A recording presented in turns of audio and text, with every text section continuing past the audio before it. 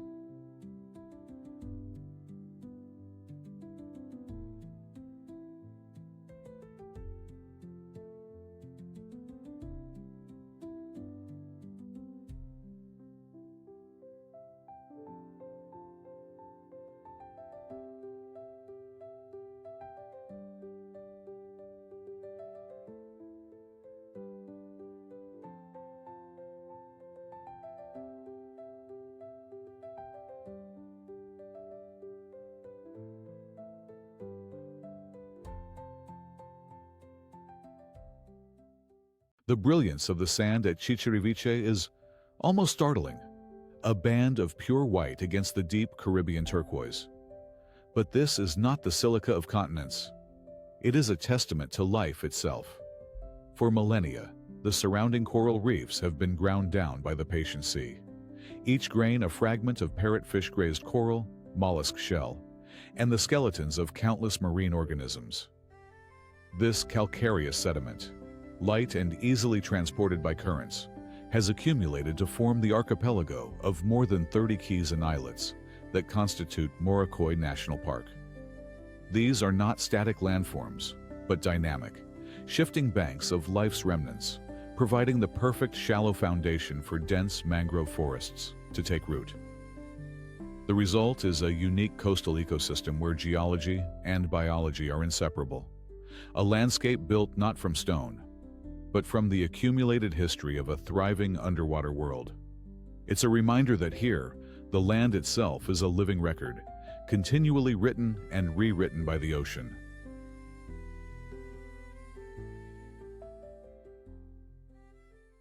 Separated from the Dominican mainland by the Catuano Channel, Sauna Island appears as a world apart, a carefully preserved relic of the pre-Columbian Caribbean. Known to its original Taino inhabitants as Adamanae, it was renamed by Christopher Columbus during his second voyage in 1494. Today, it stands as the crown jewel of the Cotubanamá National Park, a government-protected nature reserve. This designation is the very reason for its pristine state. Its foundation of porous limestone nurtures a unique ecosystem, from sprawling mangrove forests that act as vital nurseries for marine life, to the tranquil coastal lagoons sheltering manatees. The island's protection extends far offshore, preserving the vast, shallow sandbars that form its famous Piscina Natural, a natural swimming pool in the middle of the sea. More than just a picturesque escape, Saona is a living testament to conservation, a fragile sanctuary where the echoes of history and the rhythms of the natural world are allowed to coexist in a delicate, protected harmony.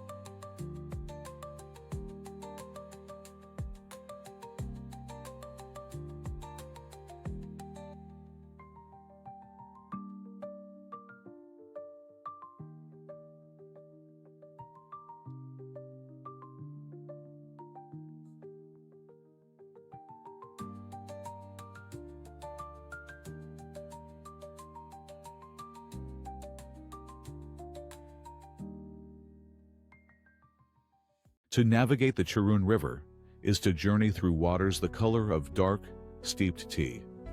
This rich, amber hue is not from sediment, but from the tannins leached from millennia of decaying vegetation in the acidic, nutrient-poor soil of the Guiana Shield. For much of its course, it carves a sinuous path across the summit of the colossal Auyan Tepui, a sandstone world isolated for millions of years, before it makes the ultimate commitment, plunging an uninterrupted 979 meters to form Angel Falls. The local Piman people, who have navigated these waters for generations in dugout canoes, know its secrets and its moods. It is more than a simple river. It is a liquid timeline, carrying the very essence of one of Earth's oldest exposed surfaces, a silent witness to an era before the continents we know took their shape. The Charun doesn't just lead to a destination, it is the destination, a flowing artery connecting the present day to a deep geological past.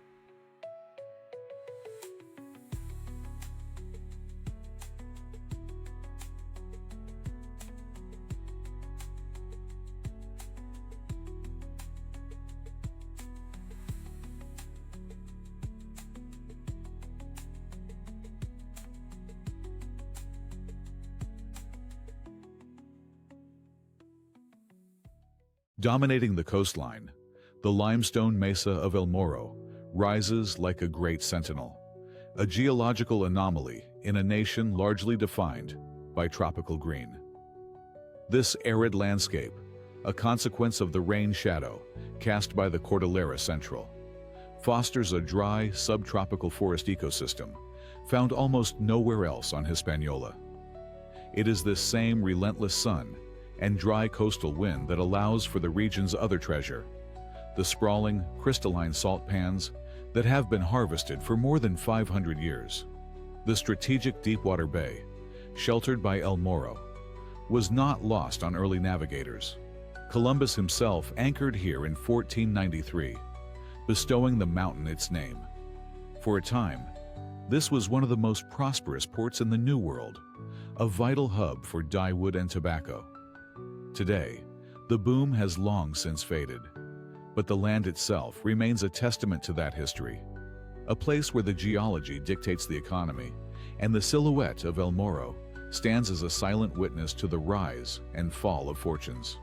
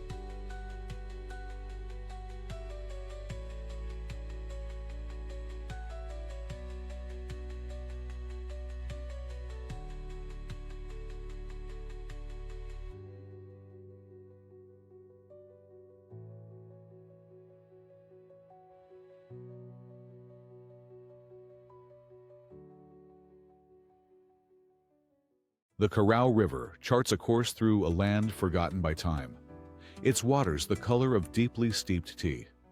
This striking dark hue is not a sign of pollution, but a testament to the river's intimate connection with the Guiana Shield. For millennia, rainwater has filtered through the dense vegetation of the Tepuis, the iconic tabletop mountains, leaching tannins and humic acids that stain the water a translucent black. This natural chemistry creates a mirror-like surface, a liquid obsidian that perfectly reflects the towering pink sandstone cliffs and emerald canopy. It is this very river, a liquid highway carved through one of Earth's oldest geological formations, that serves as the sole artery for reaching Ollantaytambo and the base of Angel Falls. To travel its length is to navigate not just a waterway, but a living chronicle, each bend revealing a chapter from a story that began more than 2 billion years ago.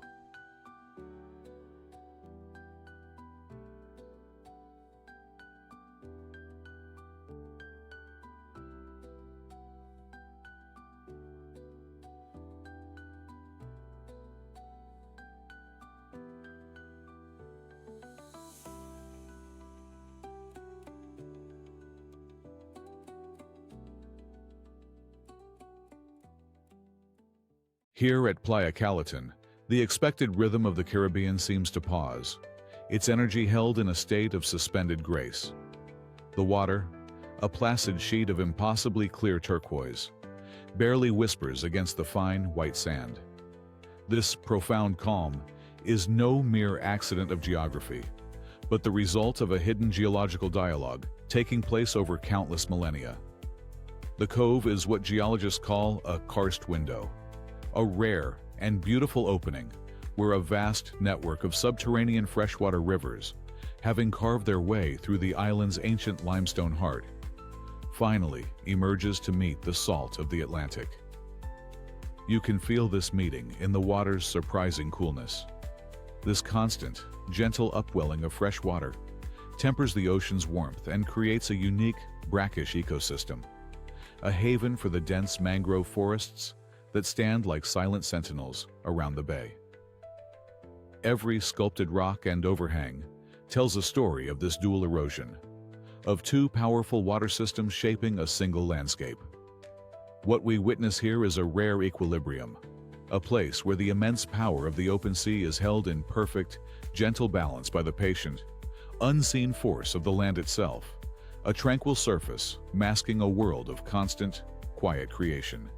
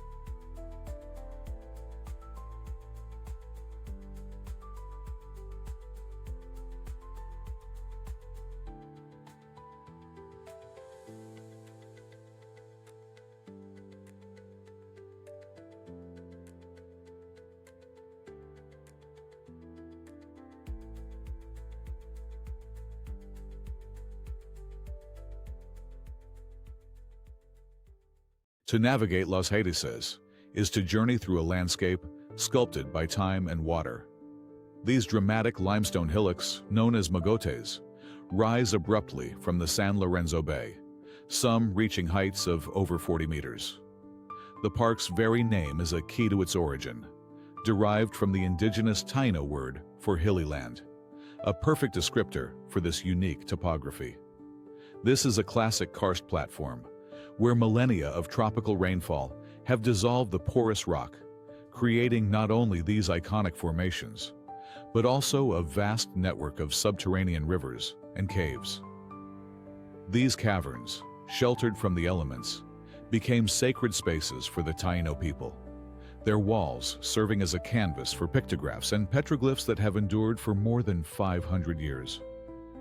The result is a rare convergence, a geological spectacle that is also a vital historical archive, and a critical sanctuary for the immense biodiversity thriving within its mangrove forests and hidden caves. Here, every stone and every waterway tells a story of creation, culture, and survival.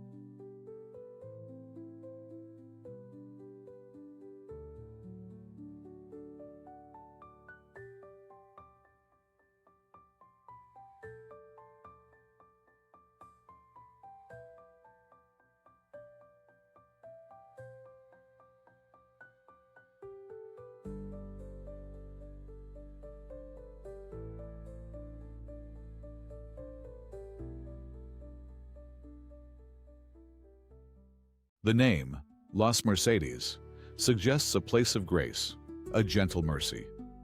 Yet, the reality of this corner of the Sierra Maestra is forged from something far harder, a geology of sharp limestone and volcanic rock. This rugged terrain, a seemingly impenetrable labyrinth of steep ravines and dense, humid forest, became the unlikely stage for one of the most pivotal moments in 20th century history. It was here, during the decisive Battle of Operation Verano in 1958, that a few hundred revolutionaries strategically held their ground against an army of more than 12,000 government soldiers. The landscape itself became their greatest ally, its unforgiving slopes and tangled canopy, which exhausted and disoriented a conventional military force, provided the perfect guerrilla defense. This clash ultimately turned the tide of the entire Cuban Revolution. Today, the calls of the Cuban Trogon have replaced the sound of battle, but the tactical logic of the land remains. Every shadow, every winding path, is a silent reminder that history is not just made by human will, but is profoundly, and often brutally, shaped by the very earth beneath our feet.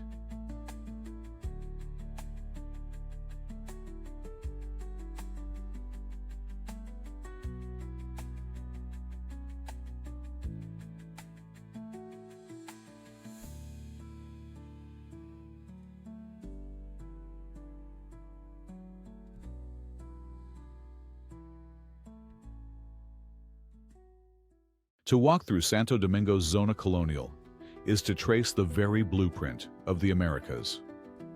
Established by Bartholomew Columbus in 1496, it served as the hemisphere's first true European urban center, the site of its first cathedral, its first hospital, its first university. But its most profound legacy is quieter, etched into the very layout of its streets. This rigid grid plan was a deliberate imposition of Spanish order, a rational template for conquest and administration that would be stamped across 2 continents. You can still feel that intention today. The walls, constructed from blocks of local coral limestone, are embedded with the fossilized forms of ancient marine life, a geological memory far older than the 5 centuries they have witnessed. The Caribbean sun casts long, sharp shadows that delineate the original city blocks, as the rhythms of modern life flow through a framework built for a bygone empire. It is a city that doesn't just display its history, it inhabits it, a living testament to the moment the old world first attempted to map out the new.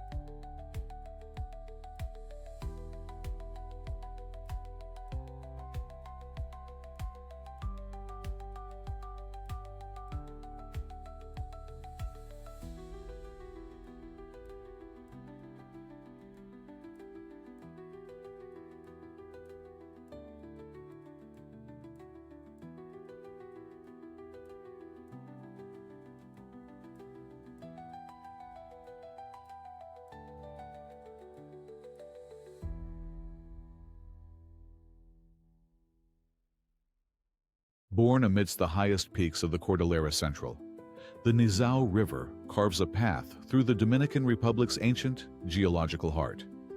Its name, a legacy of the Taino people, translates with a quiet accuracy to a place of much water, a timeless and fitting description for this vital artery. For over 140 kilometers, its crystalline waters descend from the island's highlands, sculpting limestone and nourishing the very land that gives it form. This is more than just a scenic journey. The river is a lifeline. Its considerable flow is harnessed by a series of critical dams, transforming raw, natural energy into hydroelectric power and providing the essential water supply for nearly 1/3 of the nation's population in the capital. The Nizao, therefore, exists in two states at once, as a primordial force that has shaped this island for millennia, and as a modern utility, a silent, constant presence sustaining contemporary life.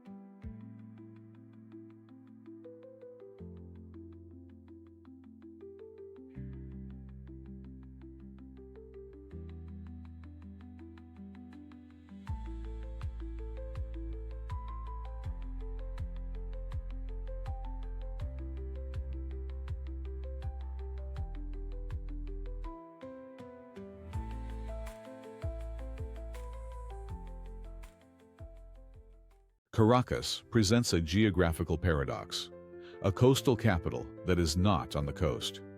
It lies in a long, narrow valley, separated from the Caribbean by the imposing Cordillera de la Costa mountain range. This was no accident of settlement. It was a deliberate 16th century strategy. The city's founders, wary of the pirates who terrorized the Spanish Main, chose this elevated basin at nearly 3,000 feet as a natural fortress, a defensible sanctuary just beyond the sea's reach. Today, that same topography dictates the city's dense, linear growth, forever framed by the green slopes of El Avila. The mountain that once shielded it from buccaneers now moderates its climate, creating the famed City of Eternal Spring. It is a powerful reminder of how a single, foundational decision, born from fear and foresight, can shape a metropolis's character for over 400 years, defining both its greatest asset and its most profound challenge.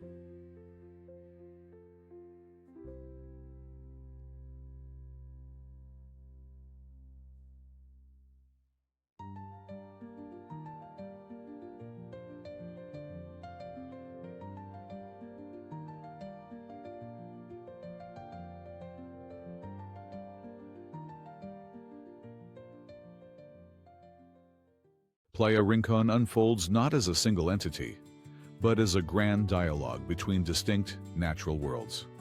Spanning nearly 3 miles of immaculate sand, its scale is impressive, yet its true character lies in a remarkable hydrogeological feature found at its western end. Here, the warm, saline turquoise of the Atlantic meets the cool, crystalline fresh water of Caño Frio, a river that emerges directly from the Samana Peninsula's complex underground karst system. This constant, gentle outflow creates a stunning visual boundary, a placid, emerald artery fringed by the deep green of red mangroves, flowing directly into the vast, energetic ocean. It is more than a picturesque anomaly. It is a vital ecological convergence, a brackish nursery where two separate aquatic ecosystems are woven into one. This meeting of waters serves as a quiet testament to the hidden forces that have sculpted this landscape, a reminder that even in a place of profound tranquility, a dynamic and ancient story is constantly unfolding.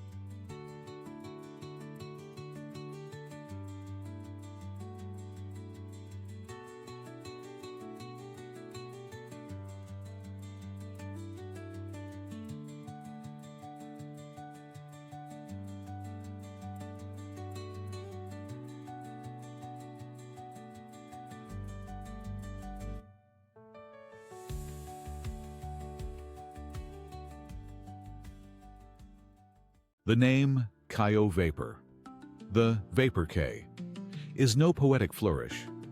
It is a literal description of the force that defines this island. For nearly 300 days a year, the cay is wreathed in a low-lying mist, a direct consequence of its unique geology. We are standing on the exposed rim of a dormant submarine caldera, where seawater seeps miles down to meet superheated rock. It re-emerges through over 100 small fumaroles, not as steam, but as a dense, mineral-rich vapor that blankets the shoreline. This constant, warm humidity has nourished an ecosystem found nowhere else, where salt-tolerant ferns cling to porous volcanic rock, and the very air feels ancient. The process has also painted the landscape, depositing layers of pale travertine that create terraced pools of ethereal blue. It's a powerful reminder that some places are not merely shaped by time, but are actively being sculpted by the Earth's inner fire, moment by moment.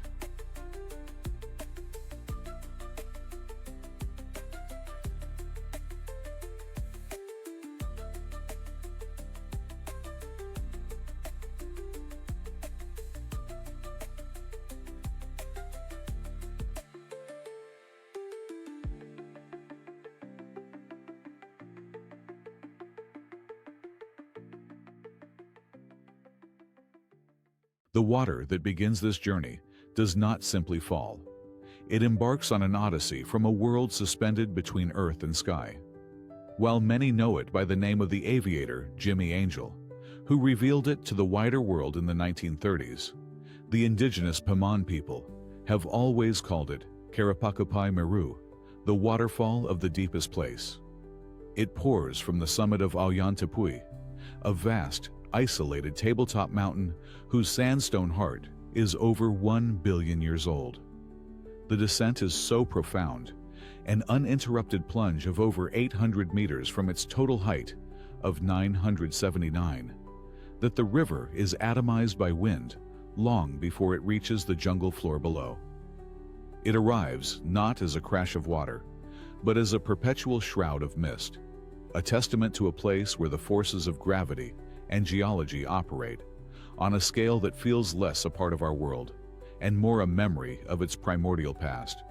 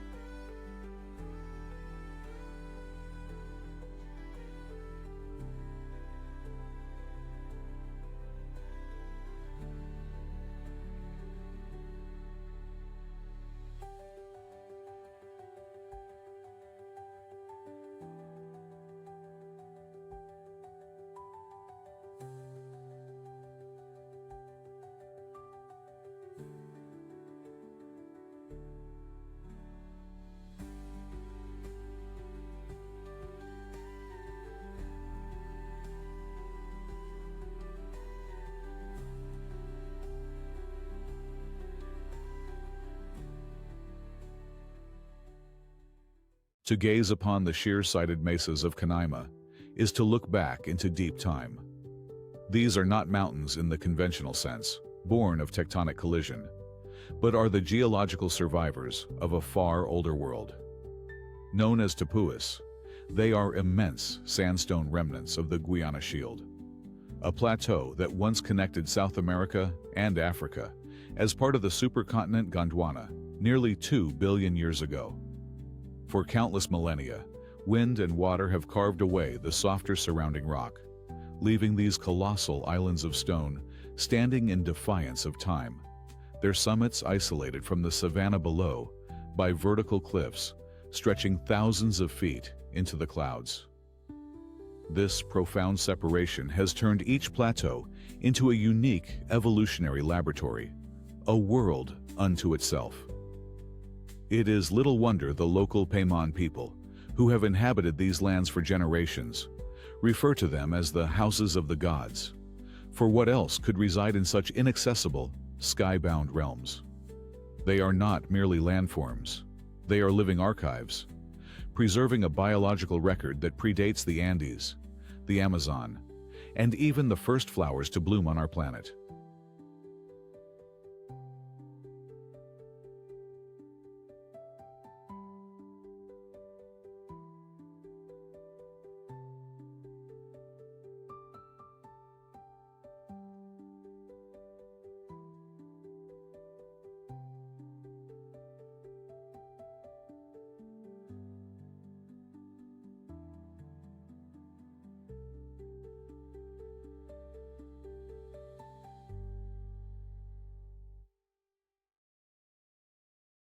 Aragua presents a dramatic study in contrasts, where the turquoise of the Caribbean Sea meets the formidable ascent of the coastal mountain range.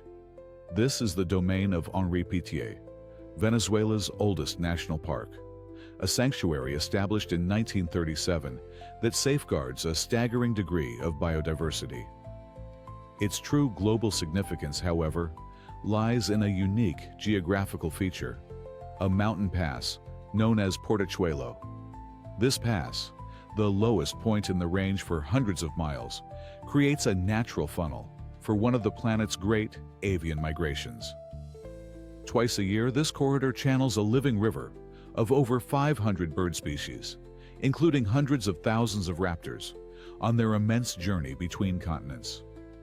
To stand here is to witness an ancient biological highway, a corridor of life sculpted by deep time, where the vital rhythms of an entire hemisphere are made breathtakingly visible against the backdrop of the cloud forest. It is less a single location and more a vital, breathing artery of the Americas.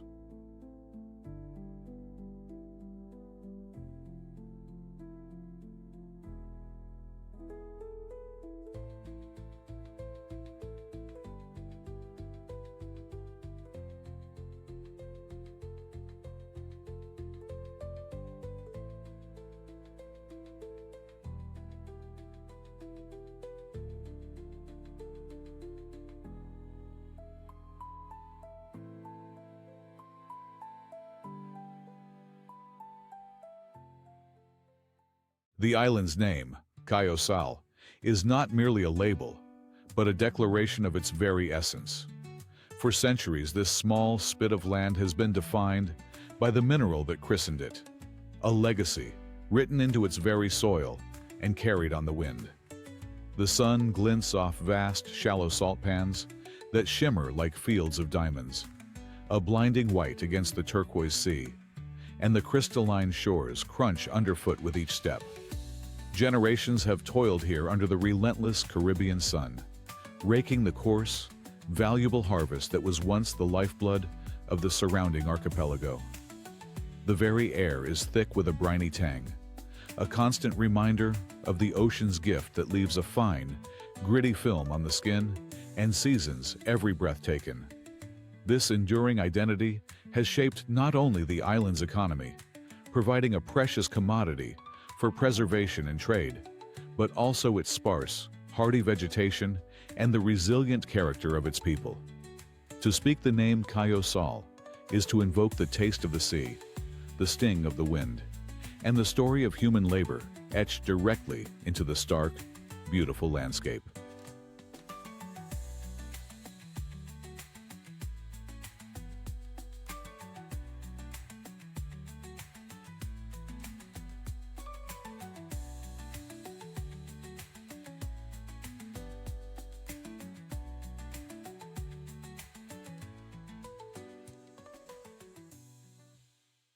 The name itself, La Caobita, or the Little Mahogany, is the first clue that this tranquil stretch of coastline holds a story far deeper than its placid surface.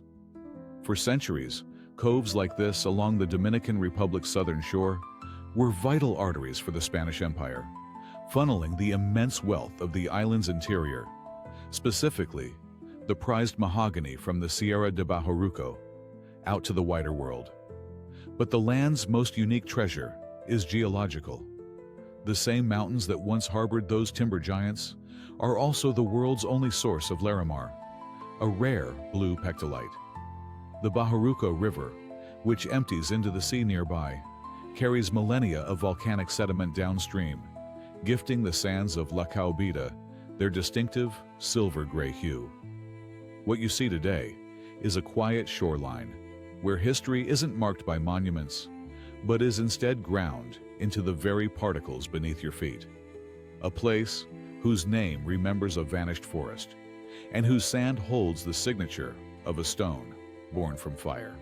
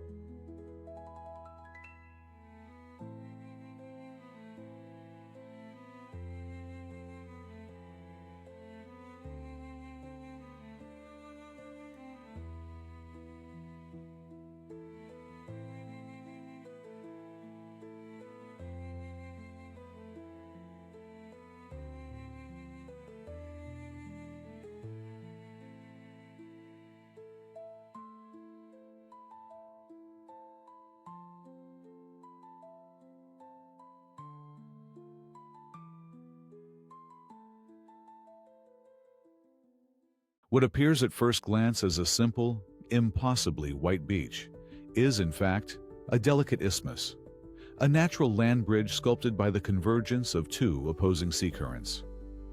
This remarkable feature connects Cayo de Agua to a neighboring cay, separating the restless, deep blue of the open Caribbean from the tranquil, turquoise shallows of an inner lagoon. Situated within the vast Los Roques archipelago, nearly 160 kilometers from the Venezuelan mainland, its sand is composed not of rock, but of fine, sun-bleached coral, which gives the water its signature luminescence.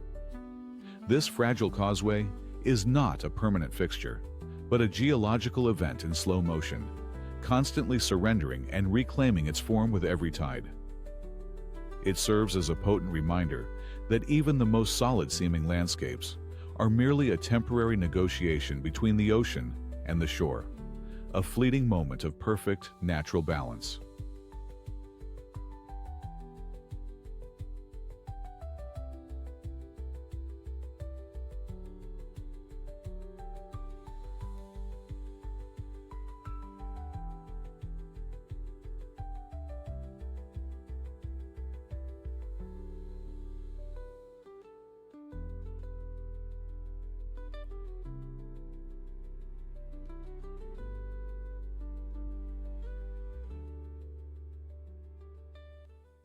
Playa Los Coquitos, the Little Coconuts, is a name that conjures images of swaying palms. But the reality here on the Monte Cristi coast is far more elemental. The shore is not sand, but a vast expanse of smooth, dark stones, each one polished to a soft sheen by the tireless Atlantic. These are the true coquitos, fragments of ancient rock carried down from the Cordillera Septentrional over millennia. Their journey ending here, where the sea performs its final, patient artistry. Standing amidst them, you hear not the soft shush of sand, but a deep, resonant whisper as the waves roll countless stones with each retreat. It's a sound that speaks of immense timescales, a percussive rhythm that has played out for thousands of years. In the shadow of the great limestone mesa, El Morro, this beach is more than a coastline. It is a geological library, a testament to the slow, powerful forces that grind mountains into pebbles and shape the very identity of a landscape.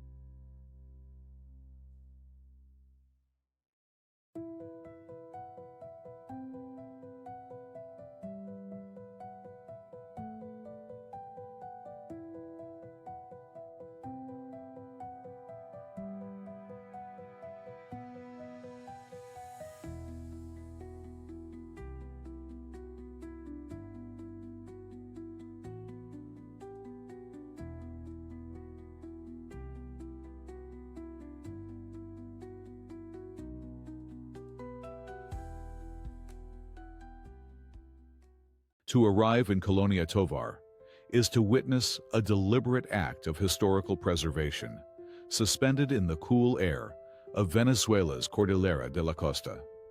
In the year 1843, a group of more than 300 settlers from the Grand Duchy of Baden, specifically the Kaiserstuhl wine region, were brought here to cultivate these remote highlands. For nearly a century, their isolation was almost absolute, enforced by the formidable mountain terrain and a persistent sea of clouds that severed them from the surrounding nation.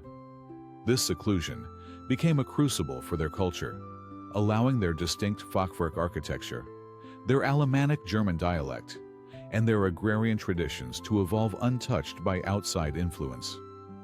What we see today is not a replica or a theme park, but a living cultural artifact, a community that became a time capsule, not by design, but as a consequence of the very geography that first gave it purpose.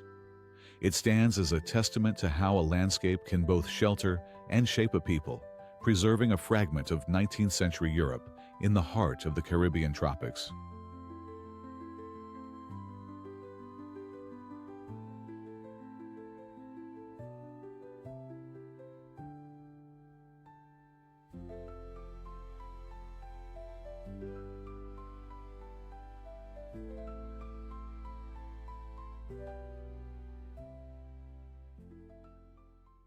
Here, at the northeasternmost tip of the Samana Peninsula, the road simply ends. The town of Las Galeras, meaning the galleys, owes its name not to local fishing skiffs, but to two 16th century warships that once sought shelter in its protective bay. For centuries, this dramatic karst landscape, a rugged geology of limestone cliffs and sinkholes, rendered the outpost almost an island, a community tethered more to the sea than to the land behind it. This profound isolation, once a geographical challenge, has become its most defining characteristic and its greatest preservative. It has allowed a unique rhythm of life to endure, governed by the tides and the trade winds rather than the clock. What we find today is not a relic, but a living testament to how the raw power of geography can safeguard a culture, leaving an indelible imprint on the people who call this magnificent coastline home.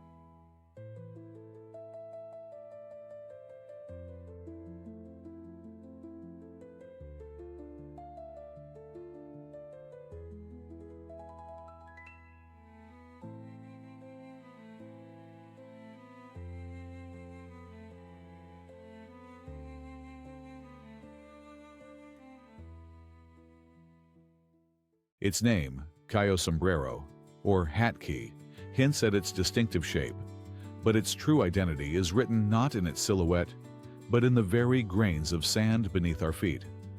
This is not land in the conventional sense, not weathered continental rock, but an island born of the sea itself. For thousands of years, the surrounding coral reef, a city of living organisms, has been building, dying, and breaking down. The relentless action of the waves grinds the calcium carbonate skeletons of coral and shells into this impossibly fine, white powder. This process of bioconstruction is why the water here possesses such extraordinary clarity. There is no terrestrial sediment to cloud it. It also explains the island's delicate structure. Two larger bodies of sand tethered by a slender isthmus, a fragile bridge fringed with resilient mangroves that anchor this transient paradise to the seafloor. To stand here is to stand not merely on an island, but on a monument to life's persistence. A slow, patient archive of the reef's history, sculpted by tide and time into a fleeting masterpiece.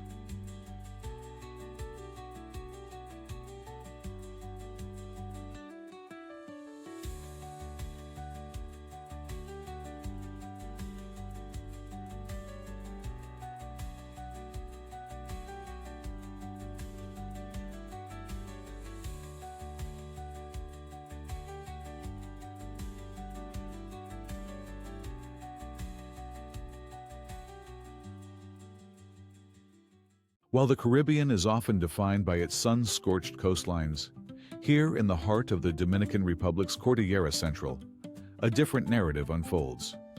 Jarabacoa, a name derived from the indigenous Taíno language meaning land of waters, is a geological and climatic anomaly. Nestled more than 500 meters above the sea, its unique elevation grants it a temperate climate, a perpetual spring that has earned it its famous moniker. This isn't a landscape of coastal palms, but a vast Hispaniolan pine forest that whisper in the mountain air. It is a world shaped by the powerful confluence of three major rivers, the Yaque del Norte, the Jimenoa, and the Baiguate, whose currents have carved these verdant valleys over millennia. This highland sanctuary serves as a powerful reminder that the island of Hispaniola is a place of profound contrasts, where a short journey inland reveals an entirely different ecosystem, one defined not by the turquoise sea, but by the cool, clear water that gives it life.